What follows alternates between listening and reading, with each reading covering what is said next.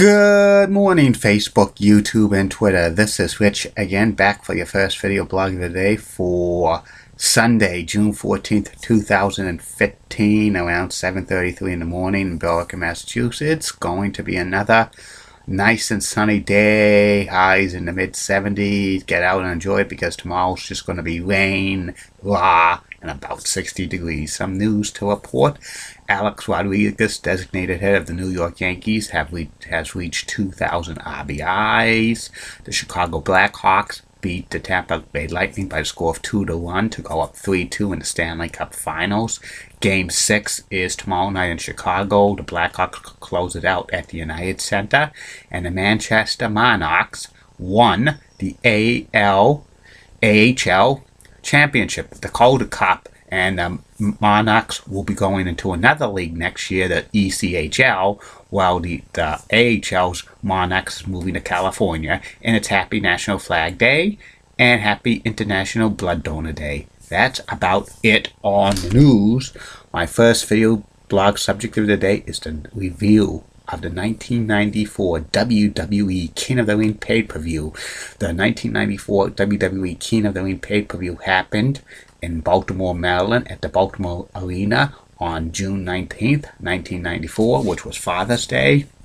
And this WWE King of the Ring was headlined by Bret the Hitman Hart defending the WWE title against Big Daddy Cool Diesel, who was the Intercontinental Champion at the time, plus Rowdy Piper against Jerry the King Lawler. Plus they had the King of the Ring tournament, and they had the WWE Tag Team Championship match between Crush and Yokozuna against the Head Shrinkers, who were the current WWE Tag Team Champions at the time.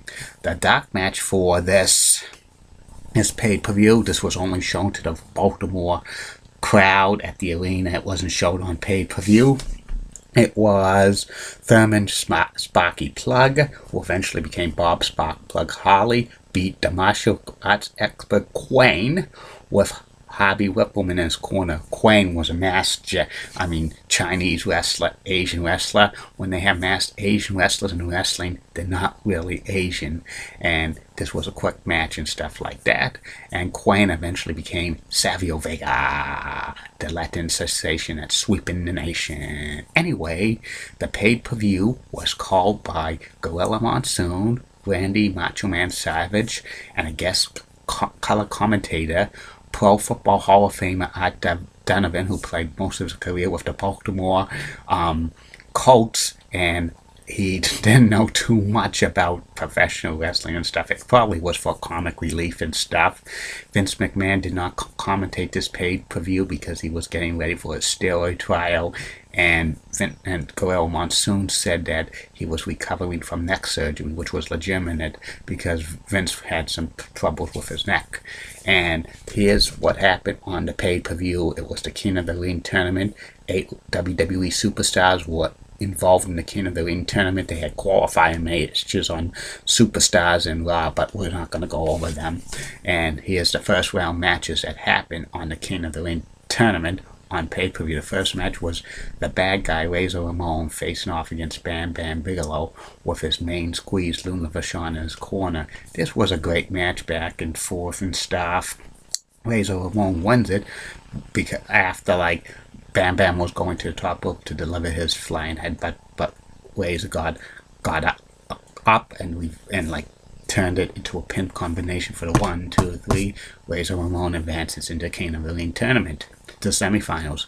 Next match, it was Earl and R. Shyster, also known as ILS, facing against Mabel of Men on a Mission with Oscar in his corner. This was like a quick match and stuff, back and forth action.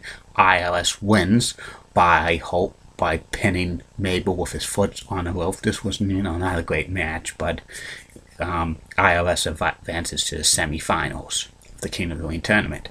The next match was Double J Jeff, it was The Rocket Owen Hart against the Native American Tatanka.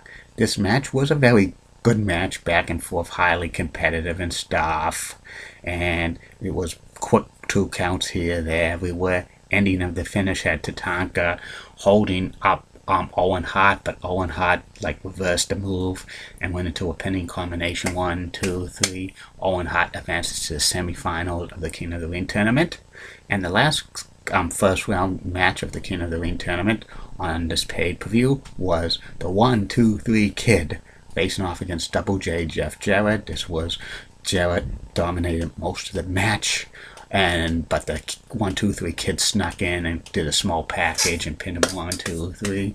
1, 2, 3 Kid advances to the semifinals of the King of the Ring. Afterwards, Jeff Jarrett gets mad and attacks the 1, 2, 3 Kid and gives him not 1, but not 2, but 3 pile drivers. The Kid's out cold and stuff. And then the next match was for the WWE Champ title. It was Big Daddy Cool Diesel, who was also the Intercontinental title champion at this time, but the title was not on the line.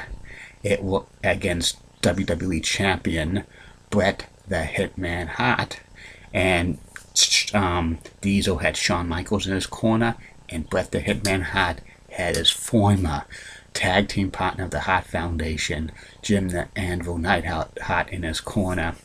And this was about a 20-minute match. It was, back and forth. Diesel and Bret took turns dominating the match and stuff like that. Bret the Hitman Hart had Diesel in the sharpshooter, but Diesel reached the ropes and stuff. The ending of this match had Diesel give Bret the Hitman Hart a jackknife powerbomb, but Jim the Anvil Neidhart interfered, attacked Diesel, causing the automatic disqualification. Diesel won the match, but he did not win the title and stuff, because a title cannot change hands in a disqualification or count out. Diesel and Shawn Michaels was beating up on Bret the Hitman Hart, but Jim the Anvil Neidhart left the ringside area, and the announcers were shocked about that. Next match was the semifinals of the King of the Ring tournament. The first one was Razor Ramon facing off against Erwin Arsheister, also known as IRS. IRS got attacked before the match by Razor Ramon and stuff, and it was, a quick match. Razor beats IRS with the Razor's Edge for the 1, 2, 3 to advance to the finals of the King of the Ring tournament. And then the next was the second semifinal match for the King of the Ring tournament. It was the 1, 2, 3 Kid facing off against the Rocket Owen Hart, and the Kid did not come down as quickly because he was selling the injury and stuff. Owen Hart was gloating about he was going to win by 4, but the 1, 2, 3 Kid comes in, but he gave a gallant effort in this match, but Owen Hart gave him the sharpshooter and the Kid tapped out. Owen Hart advances to the finals of the King of the Ring, and the finals is all said. Owen Hart against Razor Ramon. Then they had the WWE Tag Team title match. It was Yokozuna and Crush with Mr. Fuji and James E. Cornette in their corner, facing off against the current WWE Tag Team champions at the time, the Head Shrinkers, Fatu and Samu, with Captain Lou Albano and Arthur in their corner. This match was kind of a brawl and stuff. There were several times where all 4 wrestlers were in the ring and referee lost control, and the ending had Crush being distracted by Lex Luger and stuff, and Samu rolled him up, Crush for the 1, 2, 3, and Head Shrinkers retained the WWE Tag Team titles. That was a decent match and stuff. And then the next match was for the finals of the King of the Ring tournament for 1994. It was Owen Hart, the Rocket, facing off against Razor Ramon. It was a pretty good match and stuff, back and forth moves. The ending had Owen Hart, when Razor Ramon was going for the Razor's Edge, Owen Hart threw him over the top rope, and then Jim the Anvil Neidhart comes down. A lot of people were assuming he was going to help Razor Ramon. He lifts him up to his feet, and he attacks him, gives him a clothesline, and throws him back into the ring, and Owen Hart goes up to the top rope and delivers like an elbow. 1, 2, 3. Owen Hart's the King of the Ring of 1994. Afterwards, Jim the Anvil Neidhart embraces him and stuff, and they attack Razor Ramon, and they give him the heart attack. and the fans were cheering, "We want Bret, we want Bret," and stuff. And afterwards, they had the King of the Ring coronation ceremony, and Owen Hart announced he has a new nickname, the King of Hearts, Owen Hart. That was it. That was it. But one more match. This was the main event. It was Jerry the King Lawler facing off against Rowdy Piper, and this match was like kind of a grudge match. They were building this up on television and stuff for many weeks. A couple weeks before, on a King's Court on Monday Night Raw, Jerry the King Lawler was going to interview Rowdy Piper, but they had a fan who was mimicking Rowdy Piper coming and playing him and stuff. And this King's Court was, hilarious and stuff. And the fan was mocking, saying that he did not want to. He thought Lawler was superior and stuff like that. It was a funny stuff. It was funny. King's Court. Jerry Lawler was a great heel back in the day for the WWE. He was a part commentator, part wrestler during that time frame. And then they had Piper getting his revenge and stuff. This match was just a brawl and stuff. And then they had the Fang at ringside who was mimicking Rowdy Piper on Monday Night Raw, but actually he was a big fan of Rowdy Piper supporter. Jerry the King Lawler tried to win by cheating by having his foot on the ropes, but the fan pushes the feet right off the ropes and stuff. And then Jerry the King Lawler was going to beat him up, but Rowdy Piper attacks Lawler and pins him 1, 2, 3. And after the match, Piper and the fan cheer at ringside, have a moment of spotlight in the ring and stuff. This main event was very awful. Piper and Lawler were two wrestlers who were over the hill by 1994. This probably would have worked as a main event in any pay-per-view, maybe 1985, 1986, when both wrestlers were in their prime.